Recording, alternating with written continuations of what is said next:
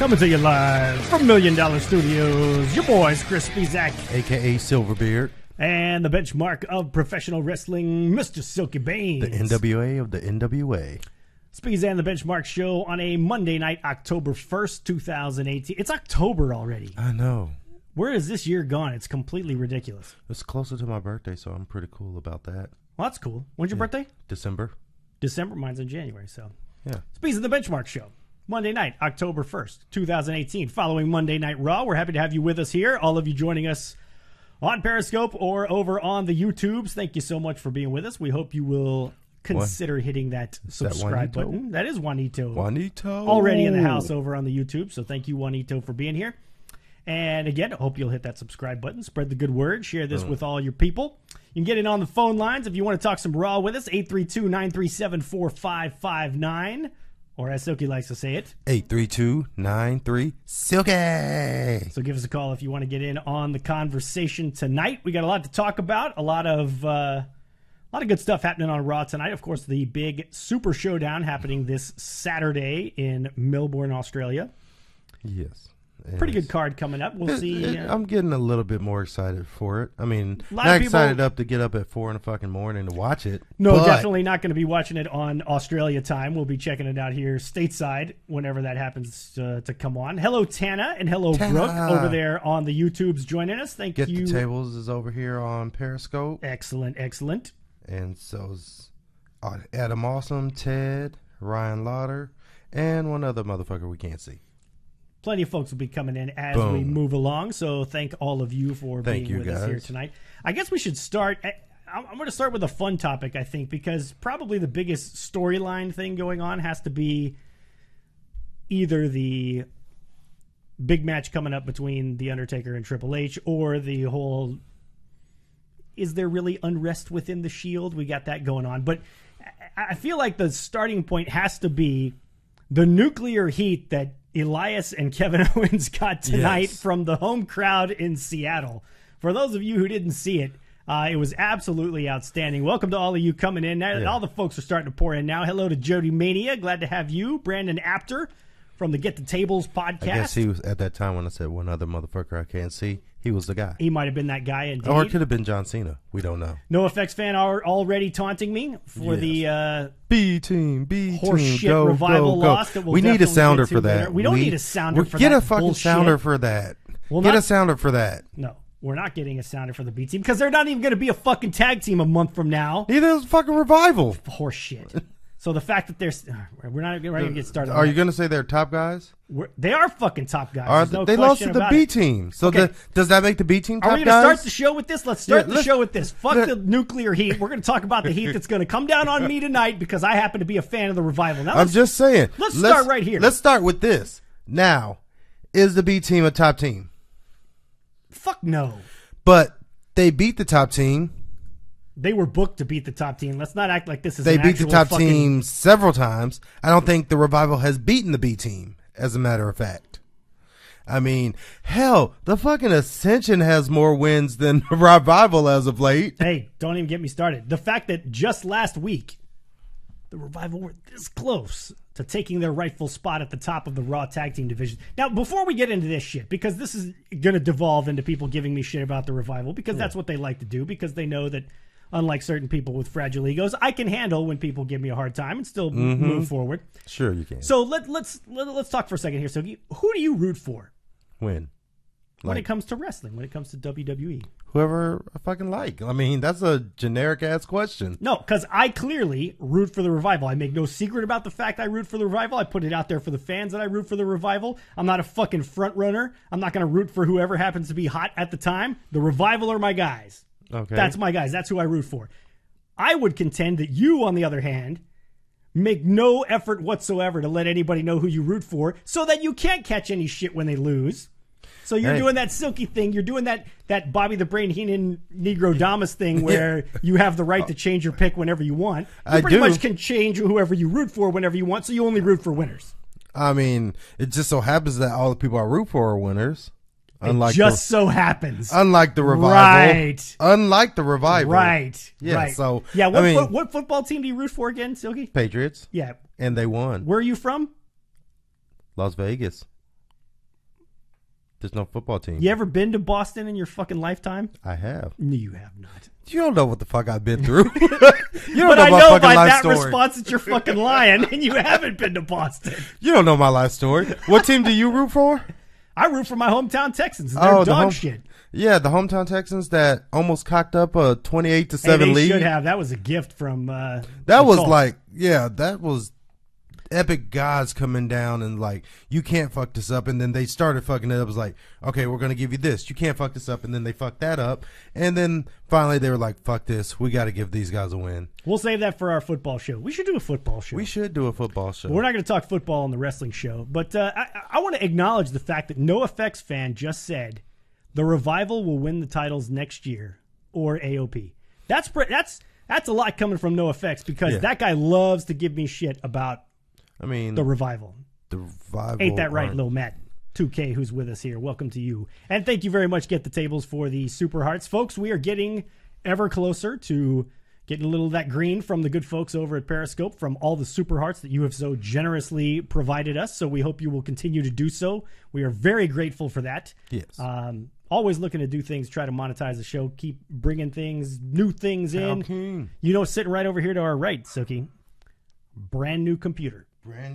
Brand new setup for the podcast so we can start having guests here on the show again. Had some Skype troubles with the old computer, so we're going to get that squared away and start having live guests here on the show again. So, guys, we're constantly trying to grow this thing, and we're able to do that in part because of your support with things like the Super Hearts and with the tip jar that Silky is pointing out there, tinyurl.com/SB tip jar. If you want to kick in a couple bucks to help the cause, we're always appreciative of that. So back to Silky not having anybody that he roots for. Pick somebody. Pick somebody that you actually... Look at Kyle King calling me a greedy bastard. You are. Because we're trying to pimp this thing out and keep this thing rolling. These bills need to get paid, Kyle. Exactly. Good to have you on the show, Kyle King. Kyle King expecting a little one. Oh. Expecting his first kiddo very soon. So congratulations to the King family. That's going to be great. Congrats. That's going to be very cool. One more person to give Chris shit. I like it. Yeah, exactly. That's what I need is another king walking the planet to give me shit. So you sold out. Yes. You know why? Yeah, see, Brooke's telling me Shanti already, trying to calm me down for the whole thing. All right, Silky, so who are you rooting for? Pick a guy right now today. Go on record right now and say, this is my guy. This is who I'm getting behind. Speez is behind the Revival. The benchmark is behind Ronda Rousey. You dick. Fucking unbelievable. Hey. She's undefeated. Which is exactly why you're picking. And you know that she's not going to lose anytime soon. So you're just, I'm just going to pick Ronda. That's such a fucking Silky pick. God in heaven. You didn't see that coming, did you? Oh, I did not. That's horrible. That is absolutely horrible. Got to have a strong pimp game, says Jody Mania. And she is correct. Ronda Rousey. Well, Silky, great pick on your part. She wins. So the next time you guys want to give me shit about genuinely getting behind somebody and actually rooting for somebody, remember Captain Frontrunner over here, fucking Patriots fan. Let me guess, you probably like the Yankees too, am I right? No, I don't really watch baseball. But you do wear a Yankees hat. Yes, because I like the hat. Do you wear any other baseball hats? I have a Cubs hat. I have an Astros hat. I have like 3 or 4 Astros Okay, hats. just wanted to make sure that you Orioles were totally hat, front running on Chicago that as well. White Sox hat. You're probably a Chicago Bulls fan too, am I right? I am a Chicago Bulls fan. Of course, yeah, because of all your fucking Chicago ties, right? Nothing to do with the fact that they just happen to have the greatest player that ever walked the planet and won 6 titles in 8 years. Okay, first of all, when I was watching basketball, that's who I watch. So excuse me for liking a team that got me into even liking the sport. So who do you like? Oh, yeah, you like the Rockets, right? That's right. I'm loyal to the fucking hometown. That's what I do. So if you move to, we'll say, no, because I'm from Houston. Sticking with the hometown. Sticking with my birth town. Got to represent. Mm-hmm. That's right. Get the Table says you should buy a Rousey shirt. So show some support. Are you going to show up with a... What's her shitty shirt? Rowdy? Is that what it says? Yeah. You know that's literally the same shirt Piper had. It's a recreation of that. So yeah, but hers is like Rowdy Ronda or something like that. Hers Chris likes Rowdy. What kind of shit is that? See, now it's just store-bought tortilla. Chris likes store-bought tortilla. What the Have some goddamn self-respect, Chris. I don't like 832-937-4559 if you want to get in on the phone line. So we've got somebody waiting for us here right now. And our good buddy, our good friend DJ, who's usually there screening the calls for us, could not make it this evening. So we're going auto screener today. So we're just going to come bring these folks online and see what they have to say. What's up, caller? You're on the air with Speez and the Benchmark. Who are we talking to? Chris Surratt. What's up, Chris Surratt? How are you, sir? On? Good. What did you think tonight, guys, of when Braun Strowman and Drew McIntyre and Dolph Ziggler attacked the Shield? I mean, I liked that. I felt like it was too much, back to back, almost to back. Like, I think that this could have been done over, a couple weeks ago, leading like one of them, each of them face each other once a week, leading to the Super Show. To just cram it in, it just felt like too much. It was like you saw Dean and Braun, and then right after you saw Roman and Ziggler. It was just too much. But like as far as the true end, like the beat down the Shield got, I do like that, and it made the heels look strong, so that the faces could probably win in Australia. That's fair. And we've seen just about every possible permutation of matchups between these two stables, if you will. So I see what they're trying to do, and Kyle King brought this up on Twitter. This is how you build big feuds between stables like that. So I didn't have a big problem with it, but it was... I just felt like, or at least, it's a 3-hour fucking show. They could have started with one, halfway through did another one, and then towards the end did the third. I just did not like the spacing of doing them all, like doing two of them back to back. What'd you think, Chris? Were you think it's too much Shield these days? Because that's one of the complaints I'm hearing about Raw is that too much is focused on the Shield. Do you share that opinion or no? I like the Shield. I always liked the Shield since I first watched wrestling. The first time I watched wrestling was when the Shield first started. So yeah. Yeah, well, I mean, it's a good time to be a Shield fan, that's for sure. Nostalgia for something that... Yeah, back in 2012, I started watching wrestling. So you hear that, Chris? And then... What's that? Oh, he likes the Shield because they remind him of the time when he first got into the love of watching wrestling. So are you going to give him shit for that? Of course not. Chris is a loyal follower of the Speez and the Benchmark show. We're not going to give him shit at all. I like the Bulls because when I loved the game of basketball, what got me to like the game of basketball was the Bulls. Are you starting to get an appreciation for what I deal with on a daily basis, having to deal with this Joker here? Do you at least have an appreciation for it? I hope so. Yeah. Yeah, I'd see. Yeah, he knows. That wasn't convincing at all. Let me ask you this, Chris. What did you guys think about... Okay. No, go ahead, brother. Go ahead. What were you going to say? Oh, okay. What did you think about Ronda Rousey and Ruby Riot's match? I mean, it wasn't... Earlier tonight. I mean, it was a Ronda Rousey match, so obviously there's still some work that she needs to do. But as far as the match, I mean, she sold well. I mean, this is the first time that armbar actually looked like it could hurt. So I give her that. Looked a little better than it was, yeah. So, I mean... And hey, Silky's a big Ronda Rousey fan, as he just told everybody here earlier. So I know he was very excited about that. I mean, but all in all, it wasn't a bad match. I mean... No, I didn't think so either.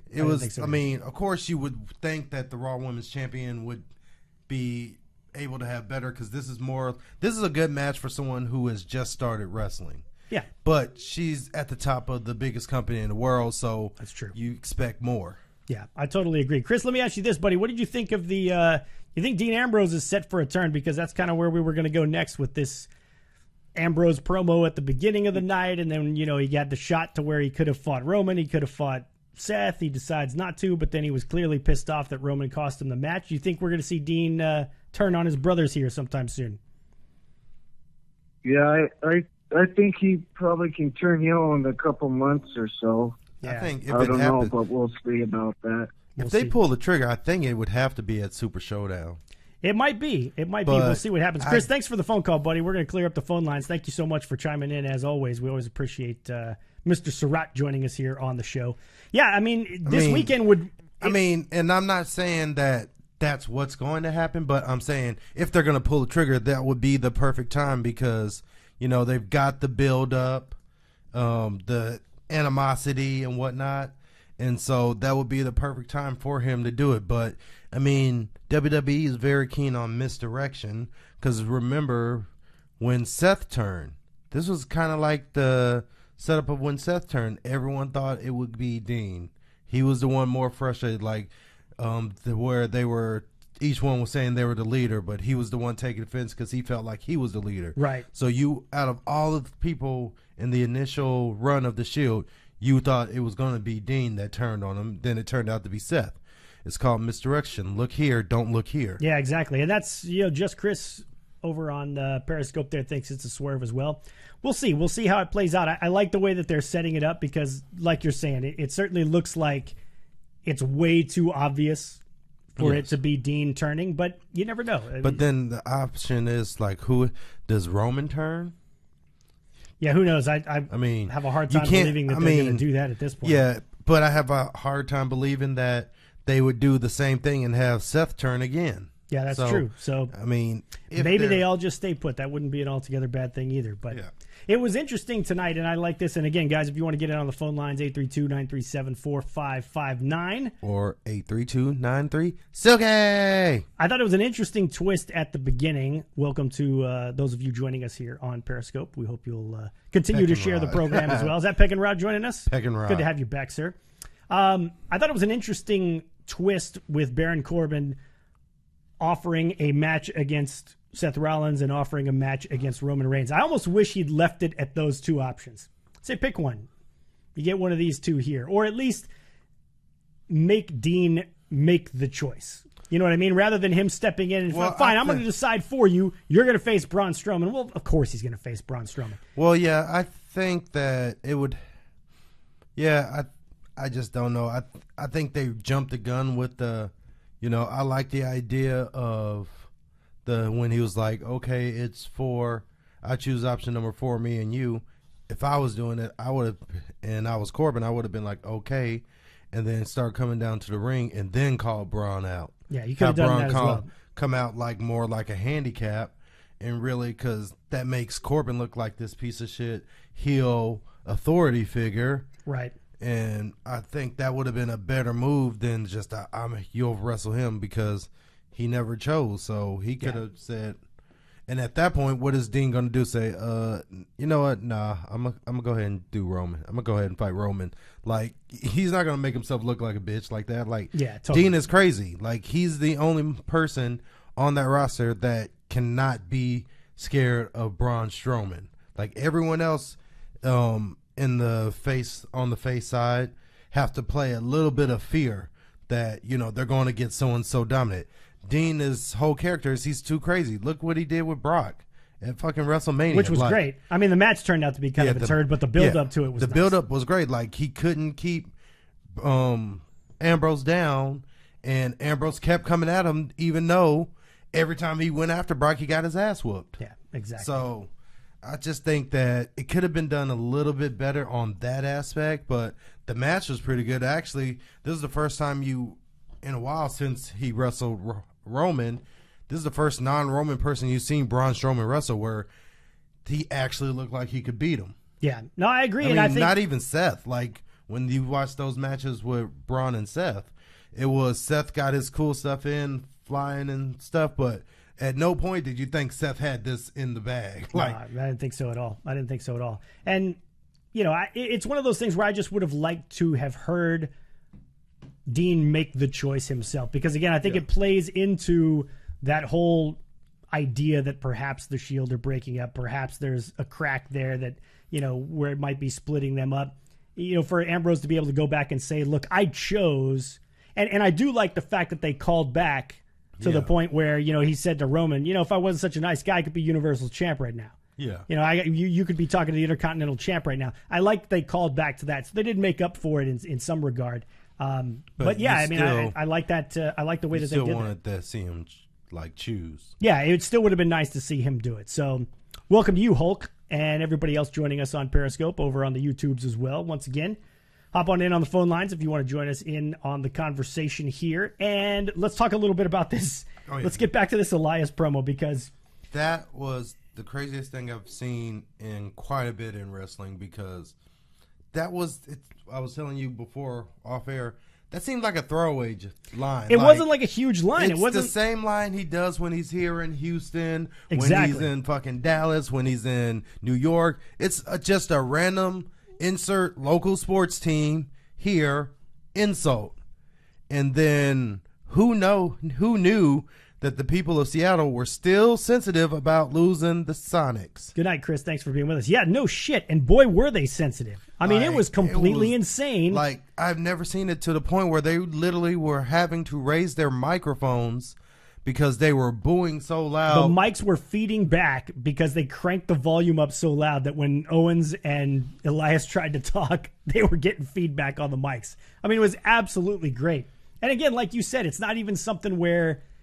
I mean, they were clearly just doing we're going to needle the local community thing where we're just going to piss on the local sports team or whatever. And Brooks says she thought it was going to be a riot. I mean, it really was. And it was. Kudos to you. Somebody else mentioned this on Twitter. You know, Silky and I were trying to think of the last time we saw a WWE crowd that pissed off. And Silky called back to Undertaker's promo after he beat Roman Reigns. Roman Reigns promo after he beat Undertaker at WrestleMania. But it's still that was booing and stuff, but it wasn't loud because I think Roman was letting it breathe, just soaking it in. Yeah, he was kind of playing to them and everything like that. So these guys were trying to continue and put it behind them, and the crowd wasn't having it. They let it breathe, like, okay, they're booing. You could tell, like, on their faces, like, shit, I guess we got to keep going. Oh, yeah. They started to go, and they will boo louder. That crowd was not having it, man. Over the fucking Seattle Supersonics. It was brilliant. And kudos to Renee Young for the Deadless Shrimp reference. No shit, right? That's my favorite Renee Young moment. The fact that she said, oh, no love for Deadlift Shrimp. Holy shit, what a great reference that was. That was awesome. Not shrimp. Shrimp. I say shrimp. Are we going to fucking correct pronunciation from now on? It's his name. So I guess when someone says your name is Speez, I shouldn't correct them. I didn't specifically spit out the to Silky's liking. Or I guess Deadlift Shrimp. That's how I say it. See the. No, you're clearly saying shrimp. Fuck you, Silky. Deadlift Shrimp. All right, it just didn't come out very much. Jody Mania says they're very loyal sports fans in Seattle, and clearly they are because they were pretty pissed off about the Supersonics reference. Yes. But man, that's just such great old school fucking heel work, man. Yeah. And again, you never know when that kind of reaction is going to come. You never know when you're going to touch that nerve with the crowd, and they're just going to completely go apeshit, man. Yeah. And that was great. It was absolutely great. I was kind of anxious to see if John Cena was going to show up tonight because he's actually in that match and we haven't seen him, and I guess we're not going to until Australia because I don't see him showing up at SmackDown. What's the point? Last I heard he was unless he was on TV, he was a SmackDown guy, but no, or was he a free agent? Yeah, he was a free agent because remember we had to talk about how he lost the Elimination Chamber, but then he showed up on Raw because he was trying to get on, or whichever one. He was in the Elimination Chamber and the Fatal 5-Way for the titles on Raw and SmackDown. So that's when we were talking about him fucking, he earned his shot. It's like, no, he didn't. Yeah. Thank you very much, Get the Tables, for inviting your followers, and we encourage the rest of you to do the same as we continue Keep the Super Hearts coming. Absolutely. Keep working our way through Raw tonight. So Chris Surratt talked about it a little bit, Ronda versus Ruby Riott tonight. A newly tanned Ruby Riott. Yes. There was something different about her, and I thought maybe it was the hair or whatever, and then I was like, she's not as pasty white as she normally is. I think that's what, because her hair has always been like that. Yeah. Or at least for a while now. NoFX has got it right. If that was WCW, they'd have thrown all kind of shit in the ring. Yes. I was actually waiting for that. I was waiting for it, It's been a while since we've seen that, but I wouldn't have been surprised at all if they started chucking trash into that ring, man, because those people were pissed off. WCW, they got a lot of those times they got in for free. So you pay like $100, $200 for your ticket. Yeah, I'm not throwing shit. You're not trying to fuck up the show. Yeah, no, fucking up the show. I'm not trying to get kicked out. Well, that's what I'm saying. You're not trying to fuck up the show to the point to where they shut it down. They're like, fuck it, we're going home. They'll probably just kick your ass out. I guess. That's what I'm saying. I'm trying to get my money's worth, and I can't get my money's worth if you kick me out because I threw some shit. Yeah, I think I agree with you on Ronda, and I won't say I'm as big a Ronda critic as there is out there because I think some people are far more critical than I am. But I'm notoriously not on the Ronda bandwagon yet, but I will say certainly looked much better tonight. Yeah, I mean, much better match than the last couple that we've had. I think that she's actually Dr. Huge up in the house. I got to have this ready to go. Good to have you, sir. Welcome. And Nif and Hissy. That's probably the porn bot that was. Yeah, exactly. It's funny. But thank you for the super hearts, Dr. Huge. We appreciate that, sir. But I just think that if you look at it don't look at it. You got to almost separate the title from the situation. Now, if you were looking at Ronda Rousey just as a normal wrestler on the main roster, knowing that she's new, I think you would be somewhat a little bit impressed with her growth as a performer from match to match. I cut her some more slack, maybe. But, I mean, and I'm not saying you'll just be like, oh, she's the greatest thing since sliced bread. But no, I understand where you're going. I understand because you're adding, and not just you, but in general, because the title is now in the picture, people have a certain level of performance that they expect from a person holding that title. And because she is so new, which we all know it's a business move, it's making them millions of dollars, I'm pretty sure. So that's why she's the champ. But it just kind of fucks up her curve in a sense, and what people will forgive. What this match would have been like, you know what? For your like fourth, fifth match, not bad. That's a pretty good match. Yeah, you're showing improvement. Getting a little bit better. But her fourth match, and she's the Raw Women's Champion on the flagship show of the company, you're like, okay, I need better. Yeah, it's a little bit problematic. And I don't know, man. I'm of the opinion, as a lot of people are, that the belt didn't need to come to her so quickly. I'm not in that school that says Ronda should have been down in NXT, because you're not going to take that name and put it down in NXT. And my thing is, I wouldn't necessarily, like, I can agree to, I guess, meet you in the middle. I wouldn't have put her in NXT, but I would have had her at the Performance Center for at least a couple years before I even announced that she signed or that she's doing anything. And so when she does debut, you can put her in an actual match. Yeah. I mean, all of her matches up until the last couple have been centered around hiding her weaknesses. That's why you put her in a match with Triple H and Kurt Angle. That's why you have the run-in with Alexa Bliss against Nia Jax. Right. You know, that's why you made the Alexa Bliss match where she won like 2 minutes. Well, and that's the age in which we live. The fact that everything is on the internet seconds after it happens. The idea that you can hide Ronda Rousey signing with the program, that you can keep her coming to the Performance Center in such a way. They could have. I mean, think about, let's put it like this. No one truly knew that the Hardys had signed. It was just rumors and scuttlebutt that was quickly dismissed with, like, because why would you think they would be at WrestleMania? They just wrestled a ladder match in Ring of Honor the day before. So you never would have thought that was an actually true rumor. Yeah, I think, but and I understand your point. So keeping that under wraps for 24 hours as opposed to keeping somebody. No, they had signed way before. They don't think they just showed up the day of WrestleMania and signed their contracts. They had already signed there, and they were working out the rest of their obligations. No, I know what you're saying. My point is, in terms of signing the contract, I don't think that would have been a problem. In terms of what you're talking about, getting her some training, having her at the Performance Center working out, doing this and that, I just think that would have been. You don't record shit at the Performance Center, though. Yeah, but you know how many. I don't know, man. Maybe they could have pulled it off. I just don't see it in this day and age. Somebody would have fucking spilled the beans. Somebody would have seen somebody coming in and out, whatever, and it would have gotten fucked up. I just think it's too difficult to do. Couple questions. Dr. Huge says, are we watching the Super Show at 3 a.m.? No fucking way. No. That'd be 4 a.m. normal people time, Dr. Huge, so no. Yeah. But we're still not watching it at 4 Still a.m. not. Mm-mm. Hell no. And Brooke says, Silky, you said you've done 3 stages of Hell matches before. You got one coming up? Yes, I do. October the 13th. Yes. DZWrestling.com is the website if you want to come see the Benchmark wrestle. You think they're going to bring those types of matches back? I would love for them to bring those matches back. I'm always a big fan of those. I mean, you just got to have the right feud. I mean, I'm one of those that if you can't do it right, I'd rather not see it at all. So I don't want to see like a watered down. I don't want to see fucking Finn Balor against Baron Corbin in the 3 stages. Did you hear of that, hell. Brooke? He just mentioned Finn Balor. You just called down the fucking thunder now, buddy. No, she knows what I'm talking about. You better watch it. It's not because they're bad people. It's just because that matchup right there is not of a level that would, I think, need 3 stages of hell. Like, you need that personal hatred, animosity, that, you know, where you feel like they hate each other to the core. Like when Stone Cold and Triple H did the first one, they hated each other to the core. Yep. You know, which tends to happen when you plot to have a motherfucker ran down with a car.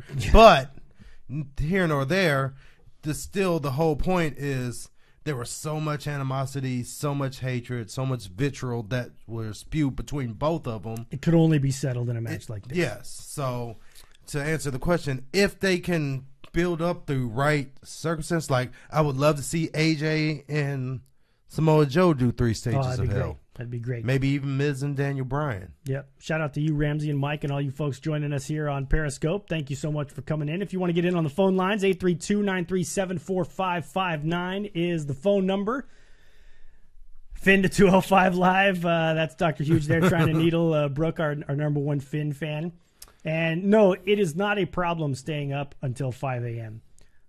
It's staying up until fucking noon o'clock because the show is going to take 7 fucking hours because of all the matches that we got going on. That is true. So, I'm not going to do that. Brooke says she hears you. We don't need to see Finn Balor versus Baron Corbin 3 stages of hell. Boom. Give Balor a better opponent. There we go. See? And give it more, you know, like I say, build up as more actual hate. Have someone commit some kind of atrocity towards Finn Balor. It's like NoFX fan is saying AJ versus Joe would be the perfect kind of match for that. Now, that shit of Joe showing up at his house and everything now, like that. Now, sidetrack, what I would have done is, I forgot to mention this, is that the whole, you know how when they started the promo, he's by the mailbox that says Styles? Yes, sir. I would have, to make it even more shoot, I would have put AJ's real last name on the thing.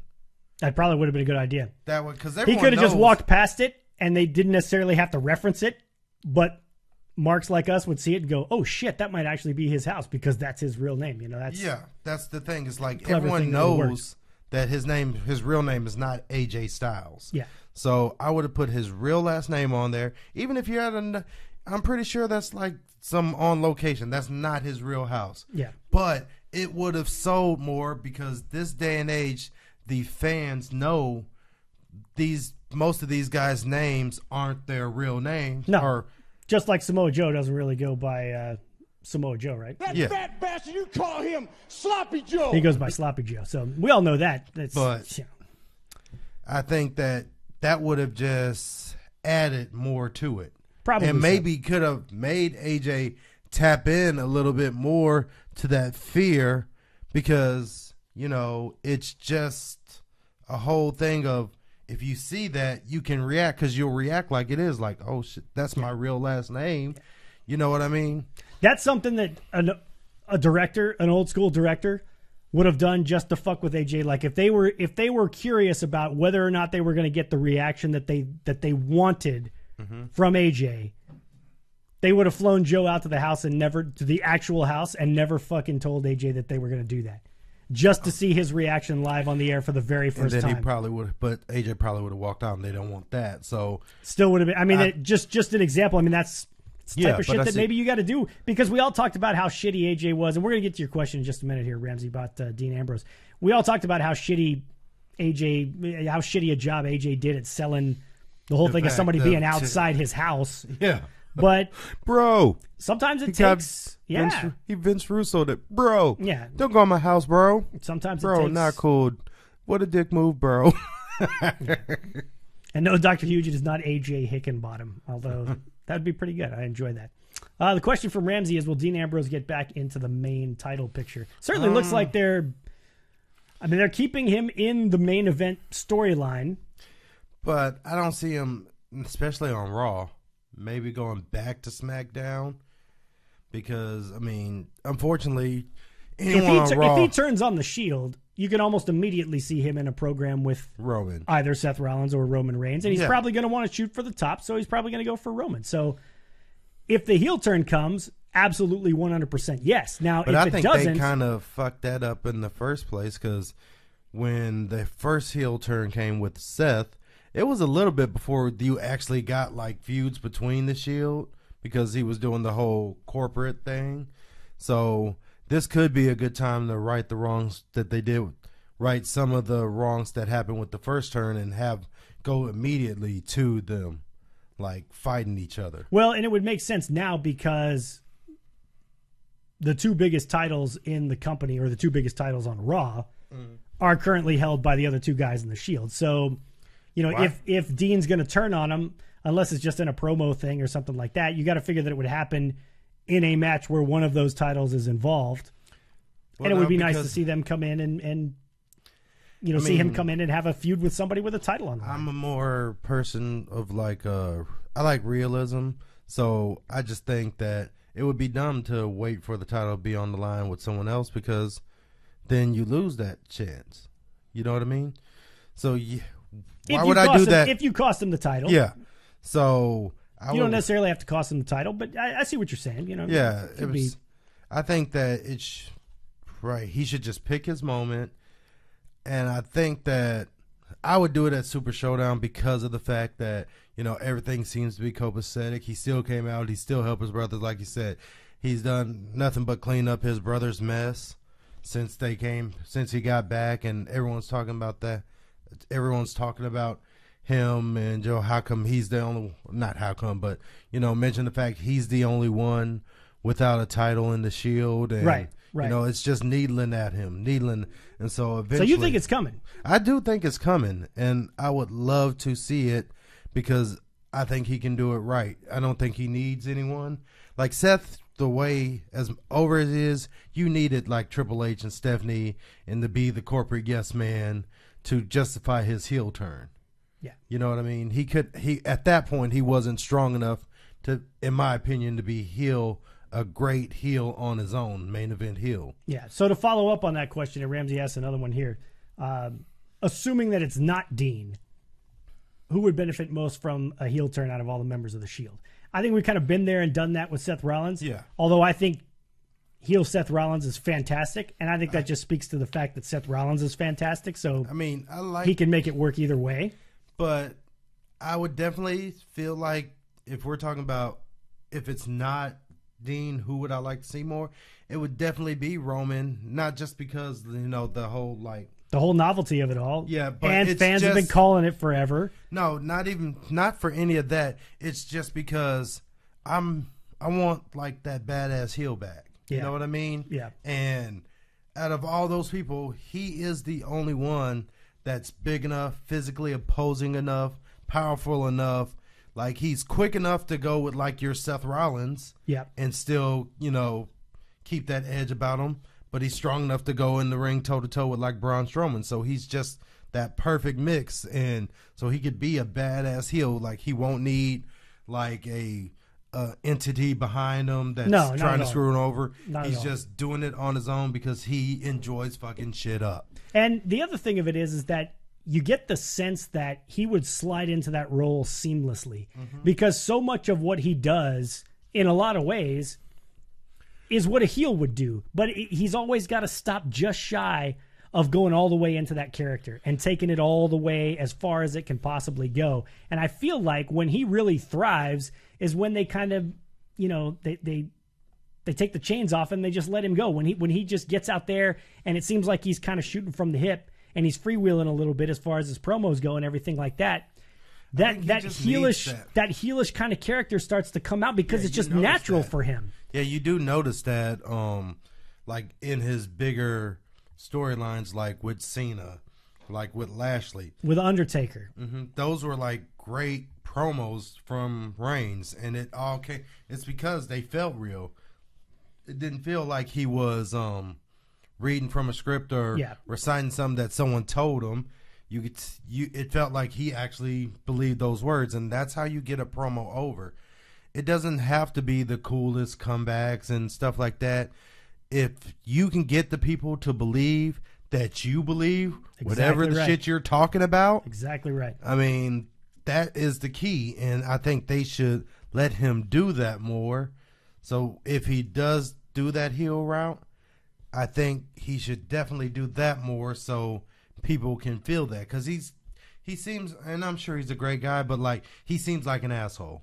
Like he's one of those guys that you meet because he's got the looks, he's got the build, he's got everything. It's almost like JBL used to say about Randy Orton. If you build a wrestler from the ground up, Roman Reigns is what they would look like. Probably so. So. I think that would be a great thing for him to turn heel. Yeah, I'd certainly be interested to see what he could do with it because honestly, I think he could. I think he would thrive in that role. I think he would thrive too. Where the other two, I feel like they have to have the Seth has to have that entity behind him, or else I don't think he gets over as much because he doesn't pose as much of a threat. Now Dean, on the other hand, he doesn't need anything behind him, but I think it's more like anarchy. Yeah. And you can't really sell anarchy that well. Look at the dude joining us here, man. That's always good to have the dude. That's fucking interesting, man. That's fucking interesting. Joining us on Periscope, so that's a good thing. Yeah, I agree with you, man. And Ramsey says one last question. Apparently he's going to bed, so we got to get all of Ramsey's questions in. Selfish. No, I'm just kidding. Who benefits most from winning Taker or Triple H? At this point in their careers, I don't think it matters either way. I think either guy could win. It's not going to affect either of their legacies. I think Triple H benefits more. It would certainly be a notch in his belt to finally get over on Taker and the big stage, and especially if this is going to be the last one-on-one time. See, they say last one-on-one, but obviously, like all that stuff we were talking about, Shawn Michaels possibly. I mean, he came in, he took a choke slam, and you notice, like, with his beard, he's looking just like Triple H, except for, like, with the lazy eye. It was crazy, like, when his hat flew off. When his hat flew off and he's, like, they're both laying there on the mat, you see just thick beards and bald heads, and you're like, wow, is he really? Nothing wrong with thick beards and bald heads. Love that Dean was being serious and trashing the unstable gimmick. Yeah, Dean's been solid since he's been back. Yeah. And I like that we haven't gotten back to hokey Dean, you know, and goofy Dean and everything like that. I like what they're doing with his character, and I like really this. Again, I like this idea of him being at least a little bit mesmerized about the idea of turning on the Shield brothers. I don't think it's going to happen. Yeah, but the fact that they're toying with it and playing that psychological element of it up is a good thing in my opinion. I don't see why he hasn't flipped it on Braun, because you think about it. There's two groups, right? And in both groups, two guys have a title, one guy doesn't. I would start if I was the Shield just playing that warfare game, I'd start flipping that shit on Braun. Like, hey, Braun, you know that shit you were saying about Dean? Look at your situation. Like, you're the only one there without a title either. So, Braun would just kill everyone. Yeah, but, I mean, yeah, Braun. If that was unsettling, seeing Shawn's... So you guys upset Jody Mania by having Shawn Michaels' hat fall off like that. I mean, you could tell he definitely needs he had ring rust, because he sold that fucking, Kane throat thrust thing. Yeah. Like it was the fucking chair shot from hell. Like he's crawling all on the ground. Triple H runs in, starts fighting both of them. He's still there. And then he finally gets up after Triple H has done most of the heavy lifting. Are we gonna say that Shawn Michaels has been? Oh, are we going there? No, we're not saying that, because history has proven that nobody outperformed Shawn in a big match situation. That's true. He's probably going to come strong when the time comes. So yeah, so I think that it's definitely more interesting now seeing, because before, you didn't feel really like Shawn Michaels was going to come back. Like that's something you'd ever see. But now that that's on the table, it makes this match even more interesting, because we fast forward to, I'm pretty sure, Crown Jewel, Triple H, the Brothers of Destruction against DX, and the type of match that will be. So yeah, we'll see how it all plays out. You got about 15 minutes, gang, if you still want to get in on the phone lines, 832-937-4559. We had a couple more singles matches. Bayley back on Monday Night Raw getting a win.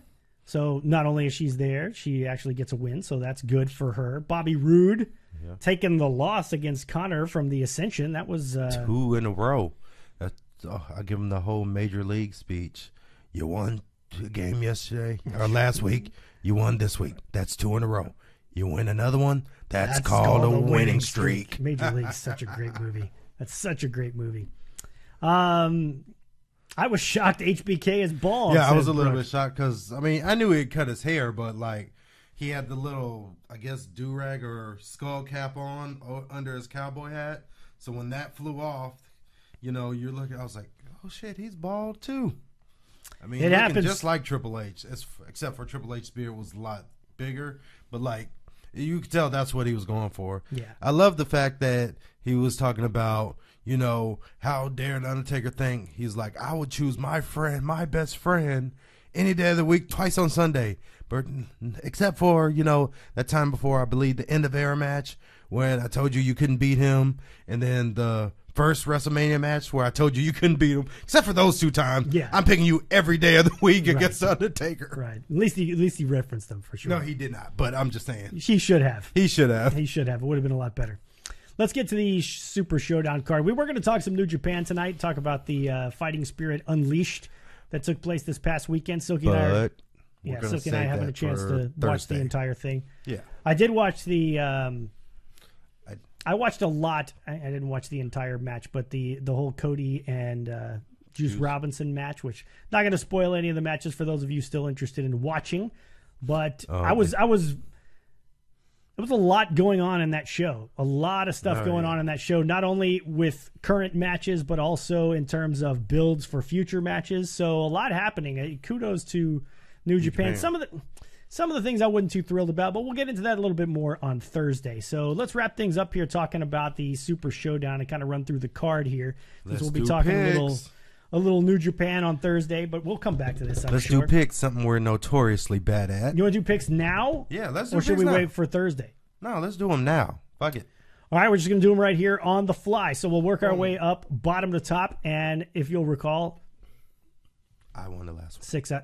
You're fucking ass, you won the last one. I got 6 out of 7 last time. So I got 5 out of 7. Like, I missed one. You didn't get 5 out of 7. You got 4 out of 7 at best. No, I missed one more match. Okay, you remember what happened the last time we had an argument like this, and I went back through and found the fucking video. And you know what I did did in response to that? Full of shit. You know what I did in response to that? And showed your girly reaction to the fucking Revival losing? You certainly didn't apologize for being wrong, that's for sure. I didn't, because I still say that you fucking doctored that shit. Yeah, well. I can shave my ass and walk backwards and look better than your girlfriend. I just love that Scott Steiner. And then Dr. Huge says he picked Scott Steiner, so we're going to roll with that one. All right, we'll start at the bottom here, work our way up, at least on the list that I got here. Well, actually, let's start with the Cruiserweight Championship. The hometown hero, Buddy Murphy, taking on Cedric Alexander for the Cruiserweight title. I think they finally take it off Alexander. Yeah, Buddy Murphy all the way. Yeah, I'm going to go with Buddy Murphy as well. So why don't you keep track of who we're picking here, so that we can't go back later and Silky change his picks with his Negrodama shit that he does, because it sounds fucking racist when you say it like that. By the way, it does not sound racist in the slightest. What the hell are you? Shut up! Shut up! So you made me ruin the shut up. So. Ain't nothing finer than Scott Steiner and a 69er, says Dr. Hughes. That sounds like some Scott Steiner shit. All right, let's go on to the Women's Championship, the SmackDown Live Women's Championship. We got Charlotte Flair taking on Becky Lynch. I've got Becky Lynch retaining in that one, so it looks like we're going to agree on that. Can I pick first for one of them, for crying out loud? Damn it. Asuka and Naomi taking on the Iconics, the hometown girls, the Iconics.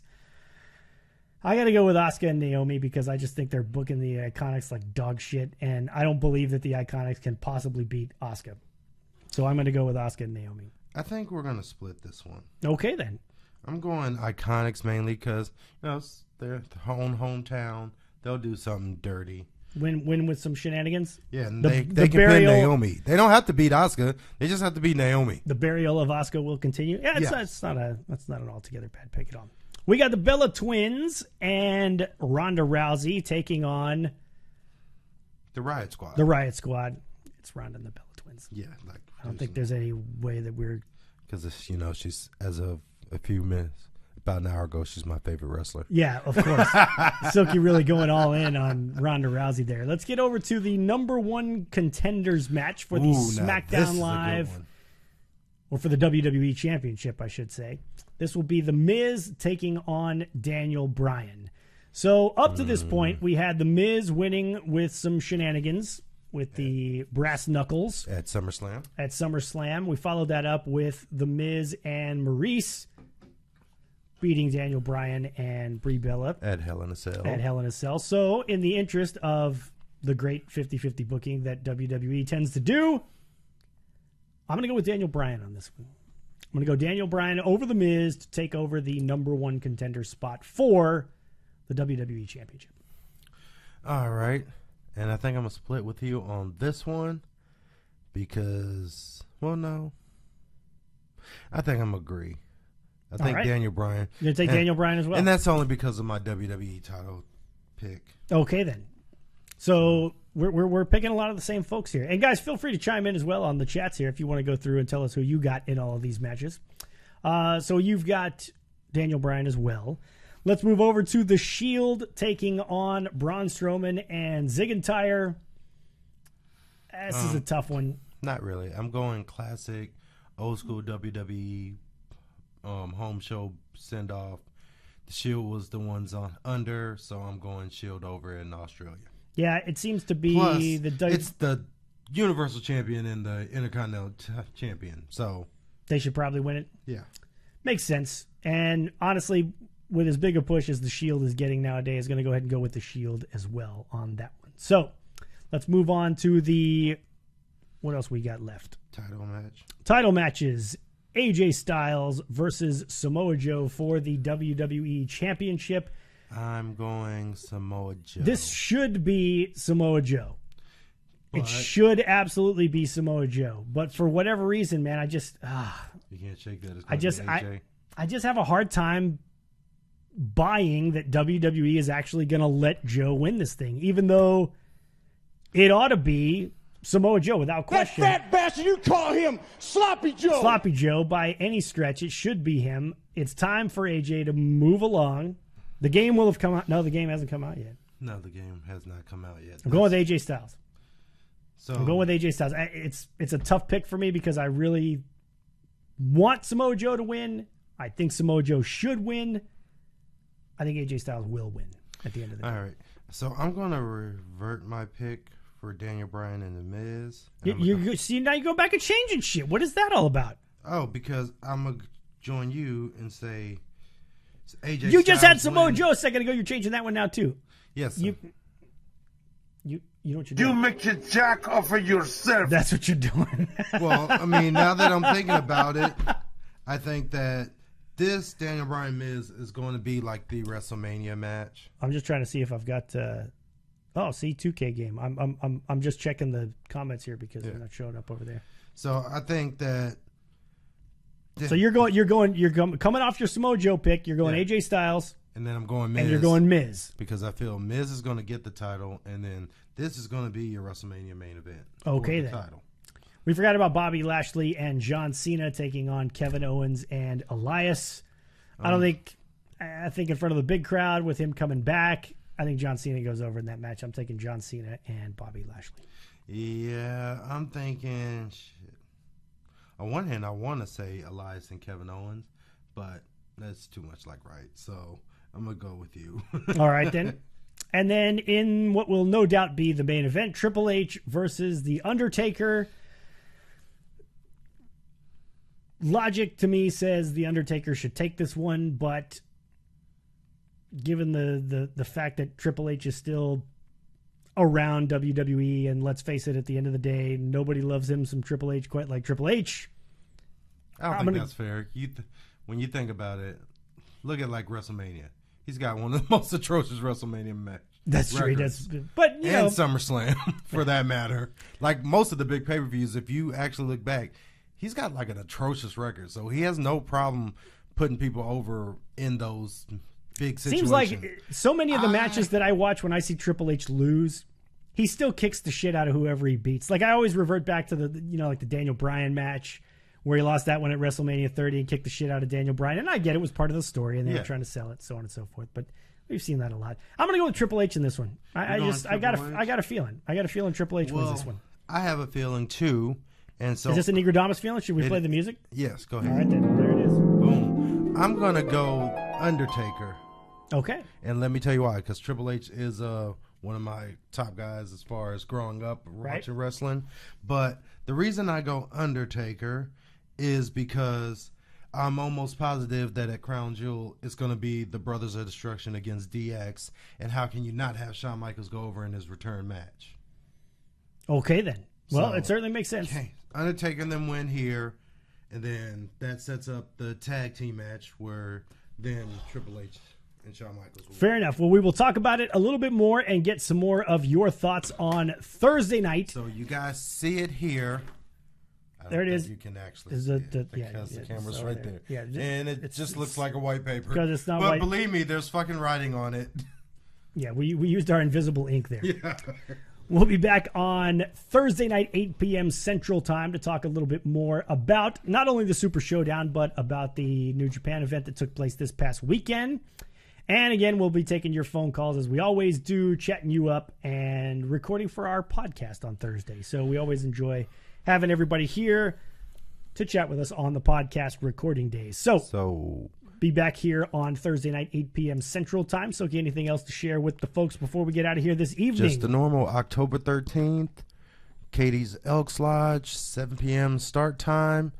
You will see me in a 3 Stages of Hell match against T-Ray, the so-called best kept secret in Texas. So-called. And I'm going to hit him several times around the facial region. Thank you all very much for the Super Hearts. Again, feel free to visit the tip jar, tinyurl.com/SB tip jar. Yep. Thursday night, 8 p.m. Central Time. We will see you back here. Until then, for the Benchmark Silky Baines. Yo. Chris Bezak, thank you so much for being with us right here on the Speez and the Benchmark Show. Good night. Fuck the Revival. Everybody.